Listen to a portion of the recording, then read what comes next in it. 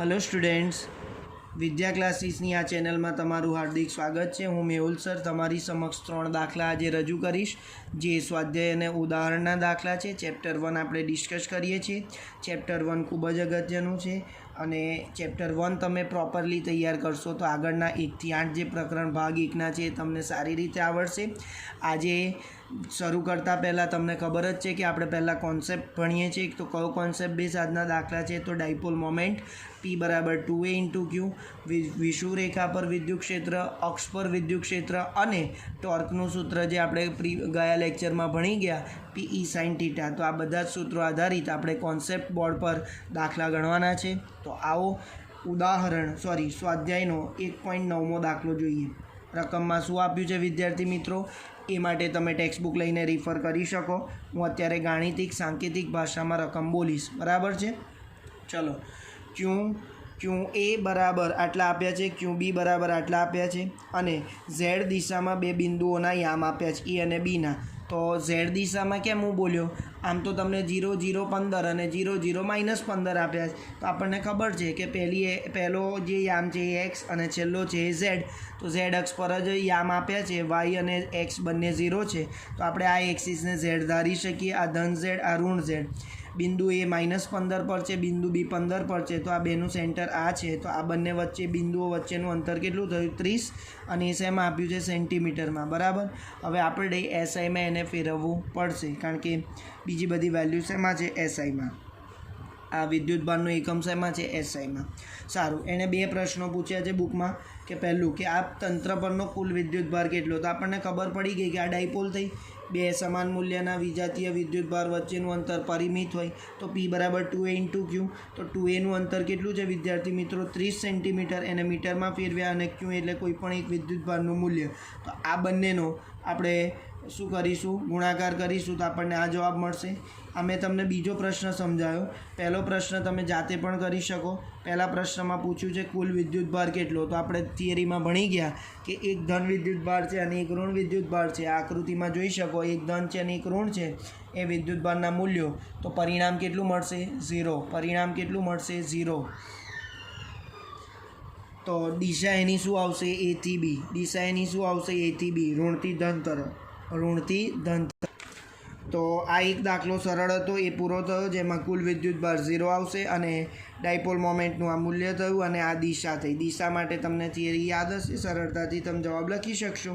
ચલો ઉદાહરણ 1.10 તરફ વધીએ। એમાં 2 ભાગ છે, એક બંનેમાં ડાયાગ્રામ આપેલા છે અને આપણે એના પરથી અક્ષ પર વિદ્યુત ક્ષેત્ર શોધવાનું છે અને વિષુવરેખા પર વિદ્યુત ક્ષેત્ર શોધવાનું છે। તો અક્ષ માટે આપણે જોઈએ, આ P બિંદુ એ અક્ષ પરનું બિંદુ છે। આ 2 સમાન મૂલ્યના વિજાતીય વિદ્યુતભારો આપ્યા છે અને A થી P વચ્ચેનું અંતરને આપણે R કહીએ તો, અને A અને B વચ્ચેનું અંતર પણ આપણને 2A આપેલું છે મિલીમીટરમાં। તો કેટલા ડેટા આપ્યો છે કે આપણે યાદ રાખવાનો છે, એટલે મેં બ્લેક પેનથી લખ્યો છે 9 × 10⁹ SI। અને Kનું મૂલ્ય જો SIમાં હોય તો બાકી બધું મૂલ્ય શેમાં લાવવું પડે વિદ્યાર્થી મિત્રો SIમાં। K કુલમનો અચળાંક છે, વિદ્યુતભારનું મૂલ્ય આપ્યું છે માઇક્રો એટલે 10⁻6, 2A મિલીમીટરનું એ મીટરમાં ફેરવ્યા, R એને પણ મીટરમાં ફેરવ્યા। R કોનું અંતર છે A થી બિંદુ P વચ્ચેનું અને 2A એટલે 2 વિદ્યુતભારો વચ્ચેનું અંતર। થિયરી યાદ હશે તો જ તમે દાખલા સારી રીતે ગણી શકશો। તો વિદ્યાર્થી મિત્રો આઈ હોપ કે હું જે વિડીયો લેક્ચર અપલોડ કરું છું એમાં થિયરી પછી તરત જ દાખલા બતાવું છું, જેથી કરીને તમને કોન્સેપ્ટ સમજવામાં સરળતા રહે। તો અક્ષ પર વિદ્યુત ક્ષેત્ર કેટલું એ આપણને પૂછ્યું છે, તો આવો જોઈએ। અક્ષ માટેનું સૂત્ર શું હતું, electric field at P point, વિદ્યુત ક્ષેત્ર P બિંદુએ 2kP/r3। આ થિયરીમાં ભણેલા। ક્યારે આ વપરાય, જ્યારે R બહુ A કરતાં ખૂબ વધારે હોય તો ડેટામાં તમે જોઈ શકો છો R અને 2Aની વેલ્યુમાં ઘણો બધો તફાવત છે, એટલે આપણે આ સૂત્ર ડાયરેક્ટ વાપરી શકીએ।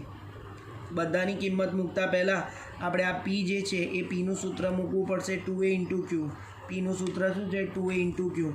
તો બગડો આપણને આપેલો છે, Kની વેલ્યુ યથાવત અને આ 2A અને આ Qની વેલ્યુ મૂકી અને છેદમાં Rની વેલ્યુ મૂકી તો આપણને આ જવાબ મળશે, બરાબર, ન્યૂટન પર કુલમમાં। હવે એની દિશા તો આપણે થિયરી યાદ કરીએ, અક્ષ પર વિદ્યુત ક્ષેત્ર શોધવા માટે એની દિશા ક્યાં આવતી હતી વિદ્યુત ક્ષેત્રની, તો Pની દિશામાં। Pની દિશા એટલે A થી B, A થી B તરફ તમે આકૃતિ જોઈ શકો છો, આ આકૃતિ જોઈ શકો છો।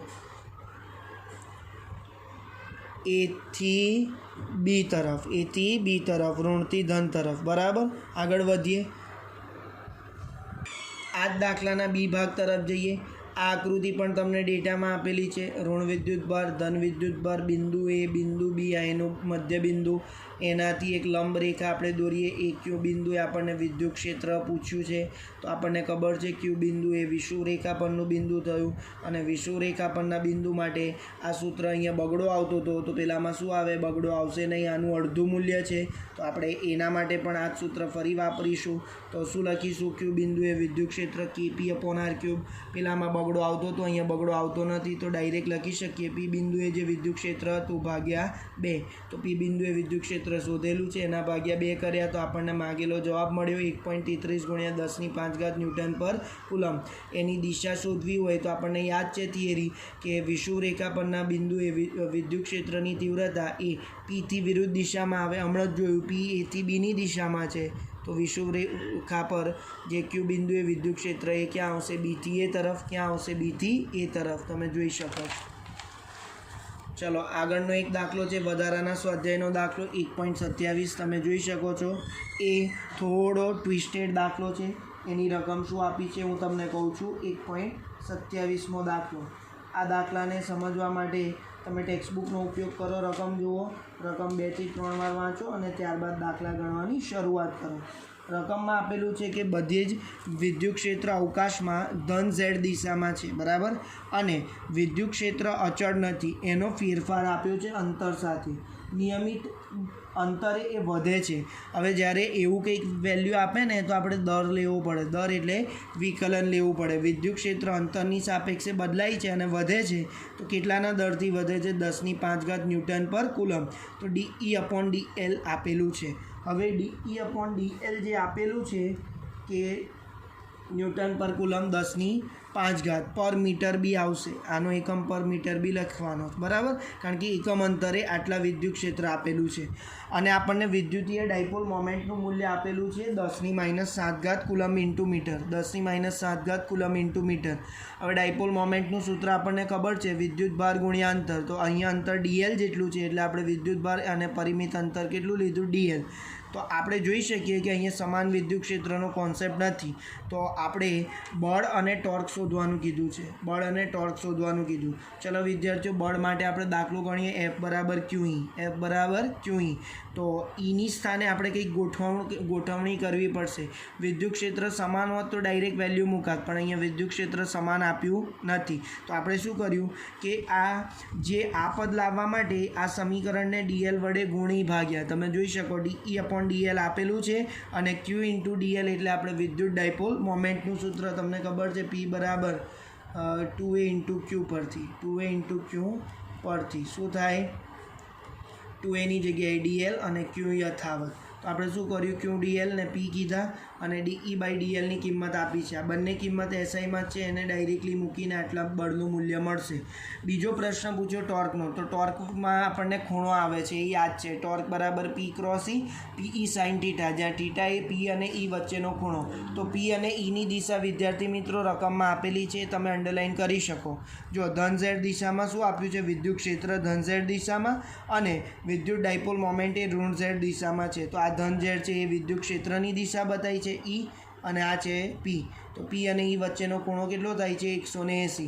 હવે તમને મેથ્સ આવડતું હશે અથવા યાદ ના હોય તો તમે sin 180ની વેલ્યુ કેટલી છે? 0. તો એ વેલ્યુ આમાં મૂકશો તો ટોર્ક કેટલું આવશે? 0. એટલે બળનું મૂલ્ય આટલું આવશે અને ટોર્કનું મૂલ્ય આટલું આવશે, 0. બરાબર. તો આ અસમાન વિદ્યુત ક્ષેત્રમાં આ દાખલો થયો, બરાબર. આ કોન્સેપ્ટ કયો થયો? અસમાન વિદ્યુત ક્ષેત્ર માટે. યાદ કરીએ એ વખતે બળ 0 હોતું નથી. ઓકે. તો આવા સારા વિડીયો જોવા માટે તમે આ ચેનલને શેર અને સબસ્ક્રાઈબ કરો.